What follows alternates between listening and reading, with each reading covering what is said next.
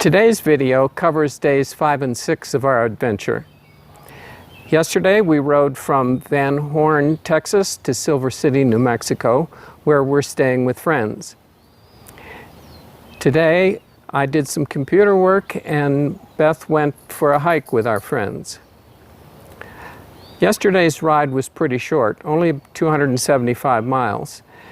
We stopped for coffee in El Paso and had our picnic lunch at a rest area between Deming, New Mexico and Silver City.